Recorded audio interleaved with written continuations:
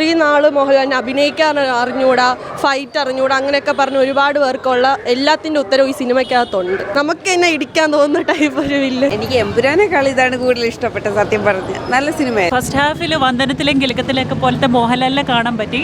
After ഇൻ്റർവ്യൂവിൽ really serious and villain is like no രക്ഷ. ഇപ്പോഴത്തെ പോലീസിൻ്റെ ആറ്റിറ്റ്യൂഡൊക്കെ എഗെയിൻസ്റ്റ് പ്രാക്ടിക്കലായി നമുക്കൊന്നും ചെയ്യാൻ പറ്റില്ല. മോഹൻലാലിൻ്റെ വളരെ നാച്ചുറലായിട്ടുള്ള അഭിനയം തിരികെ വന്നതുപോലെ തോന്നുന്നു. നല്ല സംവിധാനത്തിൻ്റെ മികവാണത്. ഞങ്ങൾ പറയുമായിരുന്നു പ്രകാശ് വർമ്മ അദ്ദേഹത്തിൻ്റെ അഭിനയം നന്നായിട്ടുണ്ട്, മറ്റുള്ളവരുടെ മോശം എന്നുള്ളതല്ല.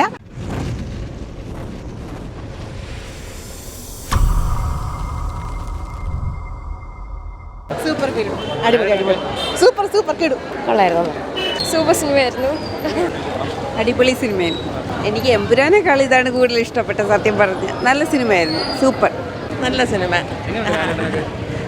നല്ല ലാല് നന്നായിരിക്കുന്നു, എല്ലാവരും കൊള്ളാം, നല്ല സിനിമ ഞങ്ങൾ കണ്ടതിൽ. സൂപ്പർ സിനിമ തന്നെ പറയണം.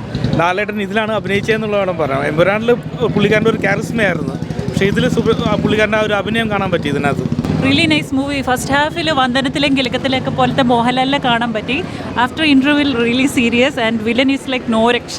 Is really cool and nice.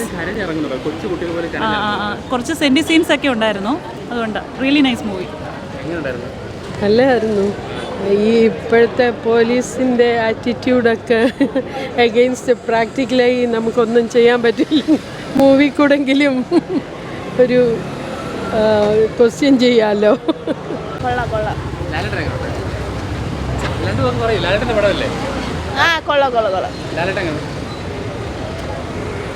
കുഴപ്പമില്ല. കുറേ നാളത്തേക്ക് ശേഷമുള്ള ഒരു നല്ല സിനിമയായിട്ട് തോന്നി. നല്ല സിനിമയാണ്. മോഹൻലാലിൻ്റെ വളരെ നാച്ചുറലായിട്ടുള്ള അഭിനയം തിരികെ വന്നതുപോലെ തോന്നുന്നു. നല്ല സംവിധാനത്തിൻ്റെ മികവാണത്. ഏതാണ് തുടരും? നല്ല സിനിമയാണ്. ഒരുപാട് എന്താ പറയേണ്ടത്, ഞങ്ങൾ പറയുമായിരുന്നു പ്രകാശ് വർമ്മ അദ്ദേഹത്തിൻ്റെ അഭിനയം നന്നായിട്ടുണ്ട്, മറ്റുള്ളവരുടെ മോശം എന്നുള്ളതല്ല. നല്ല സിനിമ. അതെ അതെ അതെ അതെ തീർച്ചയായിട്ടും വളരെ നല്ല സിനിമ. നല്ല സിനിമ, അതായത് ഇതുവരെ കണ്ടത് വെച്ചെന്നല്ല, ഇതുവരെ ഇത്രയും നാൾ മോഹൻലാലിനെ ഇങ്ങനെ താഴ്ത്തി പറഞ്ഞ് അവസാനം ഇതെല്ലാത്തിനും ഒരു തിരിച്ചടിയായിട്ട് ഒരു നല്ലൊരു സിനിമ, ഒരു കംബാക്ക് എന്ന് തന്നെ പറയാം. നല്ല ആക്ഷൻ ആയാലും ഫൈറ്റൊക്കെ ആയാലും എല്ലാം അടിപൊളിയായിരുന്നു.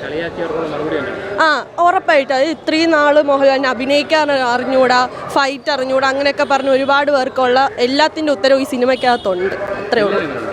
അയ്യോ, വില്ലൻ പുതിയ നടനാണെന്ന് തോന്നുന്നു, പക്ഷേ നല്ല അടിപൊളിയായിട്ടുണ്ട്. വില്ലനൊക്കെ ഒരു പക്ക നമുക്ക് തന്നെ ഇടിക്കാൻ തോന്നുന്ന ടൈപ്പ് ഒരു വില്ലൻ, കൊള്ളാം.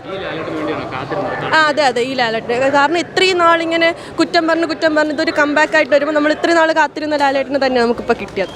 സൂപ്പർ സിനിമ, എല്ലാം അടിപൊളിയായിരുന്നു. ദർശ്യ സിനിമ പോലായിരുന്നു. അതിൽ വേറെ ഒന്ന്, ദർശ്യ സിനിമയിൽ വേറെ നല്ലായിരുന്നു, അടിപൊളിയായിരുന്നു, കാണാം. കിടിലൻ പടമായിരുന്നു. കുറേ നാളിന് ശേഷം കണ്ട അടിപൊളി പടം, സൂപ്പർ പടം. അടിപൊളി അടിപൊളി, സൂപ്പർ. നല്ല മൂവി. മോഹൻലാൽ തകർത്തഭിനയിക്കുകയാണ്. ഈ ലാലിനെ കാത്തിരുന്നത് മോഹൻലാലിൻ്റെ കുറേ വർഷങ്ങൾക്ക് ശേഷമുള്ള ഏറ്റവും നല്ല സിനിമ. നല്ല മൂവിയാണ്. നല്ല സിനിമ, നല്ല അടിപൊളി, നല്ല പടം. കൊള്ളാം, എല്ലാവർക്കും കാണാൻ പറ്റുന്ന സിനിമയാണ്. കൊള്ളാം, നല്ല ആക്ഷനായിരുന്നു. നന്നായിരുന്നു, എല്ലാം നല്ലായിരുന്നു. എല്ലാവർക്കും കാണാൻ പറ്റുന്ന സിനിമ. നന്നായിരുന്നു. മോഹൻലാലിൻ്റെ അഭിനയം നന്നായിരുന്നു. ശോഭനയും കൊള്ളാം. വില്ലൻ കൊള്ളാം. ഇൻസ്പെക്ടർ നന്നായിരുന്നു. രണ്ടുപേരും നന്നായിരുന്നു. മനസ്സിൽ വിഷമമാണ്, എന്നാലും അഭിനയം കണ്ട് ഇറങ്ങാൻ പറ്റും. നന്നായി ഇറങ്ങും.